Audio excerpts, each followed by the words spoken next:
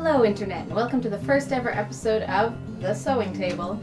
I'm Jasmine, and I'm here to guide you through this magical adventure in costume making, whether it's for a con, for a premiere, or just to clean the house while looking like Cinderella, because isn't that everybody's dream?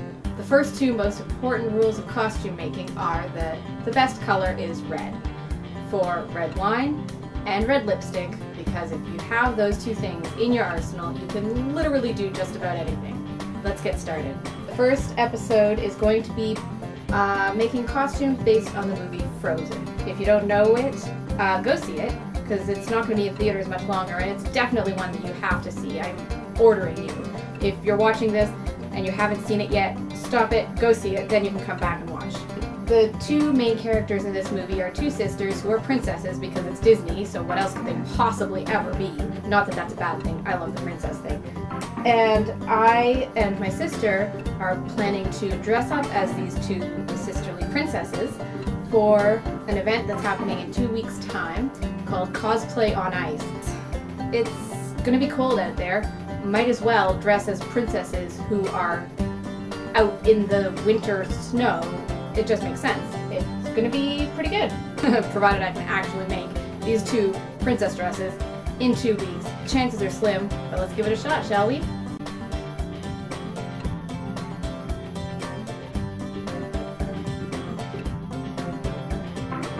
There are lots of important things that you need while you're sewing.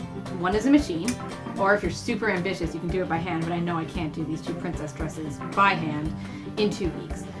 You need your fabric. This is embarrassingly a lot of money. This is about $90 worth of fabric, and that's even with my special fabric store membership card discount thingy. Yeah, I have no self-control in that store. I go in and I'm like, I want to buy it all, and then I do, and then I regret it when I can't eat for 3 months. Other things you need: a good pair of fabric scissors. They're worth investing in. I mean, they're not even really that expensive. I think I got these in a kit that was like 20 bucks. They're Singer scissors, they're good, but they help when you actually need to cut a straight line through fabric. It's not as easy as it sounds, especially when you're drinking. Pin cushion is good, because you're gonna need pins while you're sewing. You're gonna need thread, a bunch of different colors. Black, what do I even have? I don't know. I apparently have no thread. I can't find anything more. Pearls, because apparently now I'm a jeweler. Ribbon! Buttons. Why do I have so many buttons? I never use buttons. Thread. Haha. Okay. That would work. This'll work, but I don't have much of it. Oh, green. Green's pretty. Gold. Why do I have 2 spools of gold thread? I have never used gold fabric. I don't know what this is for. And they're different golds too. That's even weirder. Oh, blue. There we go. Even better. More kind of neutrals over here. Apparently I have no black thread. This could be an issue. Oh, I have yellow. Yellow's useless. And a lint roller. I'm not as prepared for this as I should be. Here's the thing. I hate working with patterns. The paper gets everywhere. It gets all crinkled. It's annoying. And they're expensive. It's like 20 bucks for one pattern. I like to use a special technique that I mastered myself. You may have heard of it, it's pretty famous. It's called wing it. Winging it works well, for me anyway. If I am kind of looking for a certain shape, I will take a piece of clothing that I already have that is vaguely that shape and trace it onto the fabric that I'm trying to use for whatever the hell I'm doing. Sometimes I don't even know what I'm doing. It's happening right now. I have this huge pile of fabric and I don't even know where to start. But I think it's time to start cutting, because when you don't know what the hell you're doing, might as well jump in with both feet, right? Ah, crap. I don't know. Animated movies make it all look easy. This is the problem. You never see any seams, you don't see any pleats, can't really tell how it's constructed, which is kind of, I don't even know if it's a good thing or a bad thing, honestly. It does mean that I have some latitude in how to pull this all together. Which means, in theory, I could just run a really loose stitch all around the top of this and gather it, and then I'll have a skirt done. But I think I need to make it a little more complicated than that.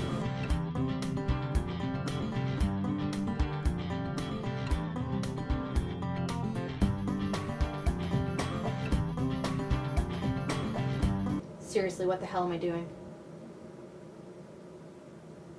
Ha! Look what I found! This is a piece of clothing that I made, oh god, 2 years ago? And I made it with no pattern either. So it has now become my pattern for many, many things that I like. And I can use it. I can use it, it'll be magnificent. I can trace the black velvet onto it. Black velvet and this onto it to make Elsa's bodice. The thing is, I don't have very much of this. This is really cool black velvet, but it came from scrap. So there's not much of it. There wasn't, like this I can use for Elsa, and then I can use this color for the rest of the bodice, and then this piece, which is bigger, I can use for Anna because she needs more of it. Is this making sense to anyone else? I'm probably about to destroy things. I hate that feeling.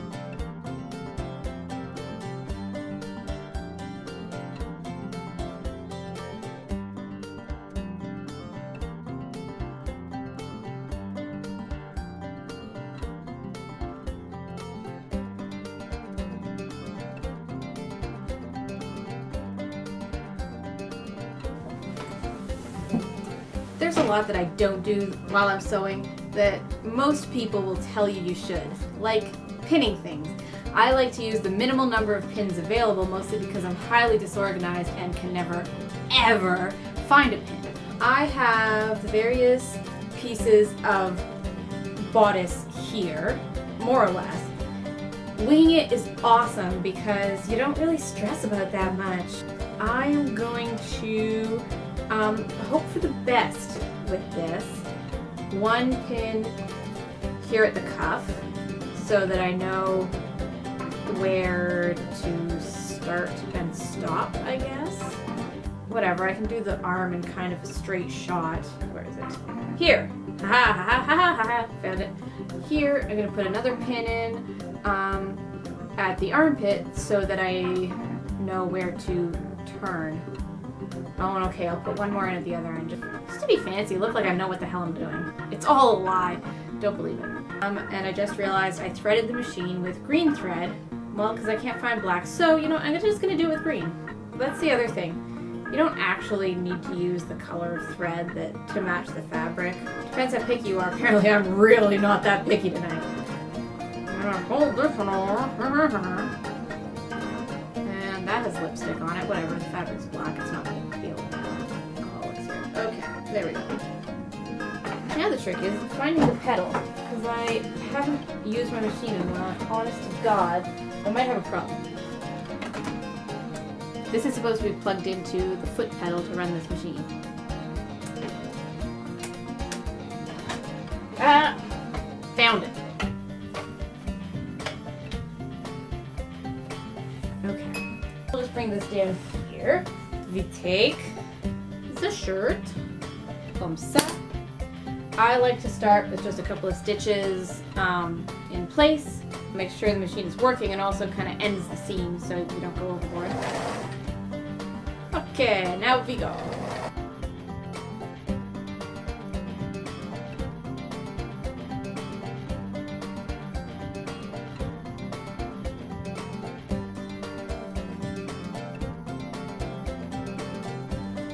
and end it with a couple of stitches in place as well. Makes you feel more professional. I recommend, if you can, or if you can make one, get one of these wrist pin cushions for the very few pins that you decide you actually need. Just because it's easier than, you know, picking them up and dropping them down somewhere all the time. You know, you can make one really fast just by stuffing a little thing and sewing it to the top of one of those slap bracelets that were so popular when you were in grade 6. Yeah, they're finally coming in handy. Next one.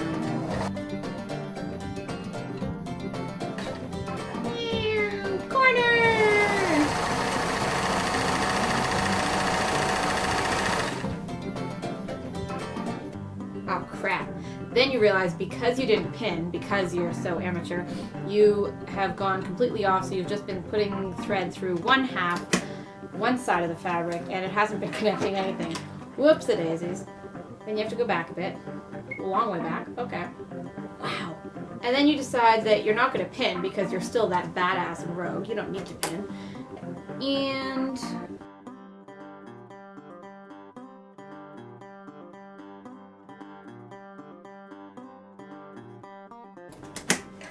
you can pin if you want, but it doesn't feel as badass. Bam. Okay. Then turn it inside out. And we have the top I wish, top portion, I should say, of an Elsa dress. Now we take the green part. So here we have, what is this? So we have that, and we need to attach that to the back, which I have cut down so that it will only go around the back. I was going for color more than for type of fabric, which means that this fabric is, okay, it's not total crap. It's not. It has its uses. This is not the kind of fabric I would recommend. It's a stretchy knit, and I hate stretchy knits because you can never anticipate how they're going to behave in your machine. Most of the time, not good.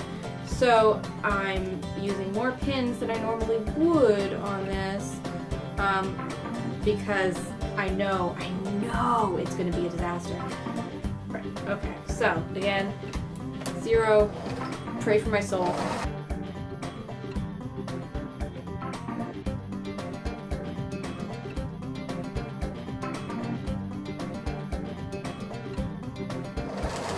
That might have actually worked. Wow. That's the fun thing about this show. I don't know what I'm doing either, so we're learning together.